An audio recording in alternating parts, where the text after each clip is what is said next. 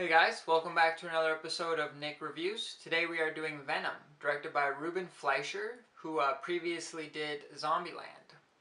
So to begin, Venom's starring Tom Hardy, who plays our protagonist Eddie Brock, aka Venom.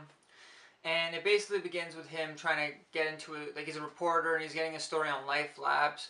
And this is where we meet our antagonist, who is the kind of CEO creator of Life Labs, and he is the guy who brings down the symbiotes from a meteor or something like that.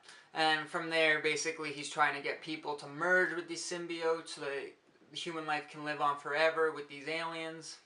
And Venom is a symbiote, and so are his I guess he has brothers in there, because there's not just one symbiote, there's multiple of them that come down, or that they get samples of.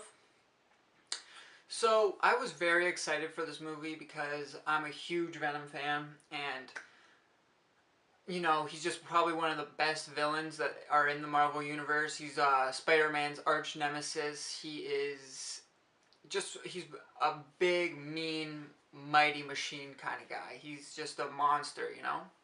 And that's kind of what I liked about Venom, that he is brutal and just to the core honest as a villain. He's just the most kind of terrifying villain. He's definitely one of the villains that really resemble what a real life monster would be like.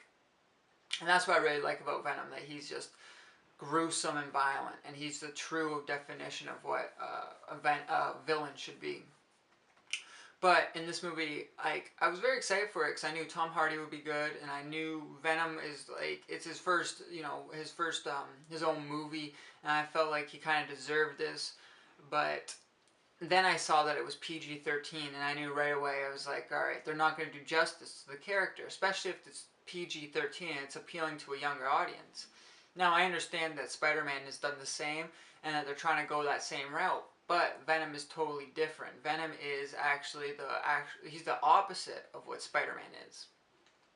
And I feel like if they went for a more Deadpool kind of version, where they go for the rated R, and because people would still go see it, for sure. I think more people would have liked it, and more people would have went to go see it, but they decided to go the PG-13 route, and that was just a huge mistake on the director's end, on just the whole Sony's end. And I'm a huge Sony fanboy, but I just found that this movie was really, it didn't do justice to the character. I feel like the portrayal of Venom was just horrific and awful. This whole review, I'm pretty much just going to be bashing the movie because I hated it. I hated it from beginning to end. I thought this movie was absolutely terrible. I thought the direction it was going was pretty pointless and meaningless. Like, from the beginning of the movie, there's no Venom within the first half hour or so, so you're just getting to know what Eddie Brock is. And the way that Tom Hardy did it was freaking abysmal. This thing was awful. What Tom Hardy was doing to Eddie Brock was just the worst. I don't know what he did. I don't know what he was thinking. I don't know what the director told him, but you could barely... He mumbled his way through this role. He slurred and mumbled his way through this entire movie. Like, you can barely understand what he's saying. I understand he has a few beers here and there, but that doesn't mean you shouldn't be able to understand what he's saying. Other than the fact that Tom Hardy was garbage in the movie, that what I did like about it was that I hated the way that they did Venom. Venom, the way they made him was a 12-year-old boy, pretty much. He had no charisma. He had a character of a 12-year-old, where his comedy was like poop jokes and stuff like that. They made him a loser, which I hated, because, you know, they're aliens and they don't have the same social structures that our world would, but they portrayed it as he was a loser from his world, and that on whatever world that Venom's from, that the only reason he wants to stay on Earth now is because if he goes back there, he's still going to be a loser, and he feels strong and powerful here. I'm just like, you didn't have to do that. You really, nobody asked. Nobody cares if you're a loser on your world. But it's just the fact that that's the way they made it. They try to make him a hero. Venom is a villain. He's Spider-Man's main villain, and they try to make him a hero. What type of nonsense is that? I didn't like it. It was garbage. Why? Like, why would you try to make him a hero? He's Spider-Man's arch nemesis. You could have made this a great movie if you actually went the whole villain route and actually made it, instead of PG-13, at least 14A. Show a little bit of something. Jeez. I feel like Sony just copped out. I feel like they just wanted your money. This is why it pissed me off, is because it didn't really... it's not for the Marvel fanboys. It's not for the true people who like comic books. It's more so for kids. And I'm not against that. You can make a great kids movie that adults will still enjoy. Look at the last Spider-Man. I loved it. But I guess it's different characters, and I feel like the way that Venom should have been is more appealing to a mature audience, because that's what he is. He's a mature villain, not some 12-year-old boy trapped in a symbiote, whatever. It was just horrific. I hate what they did.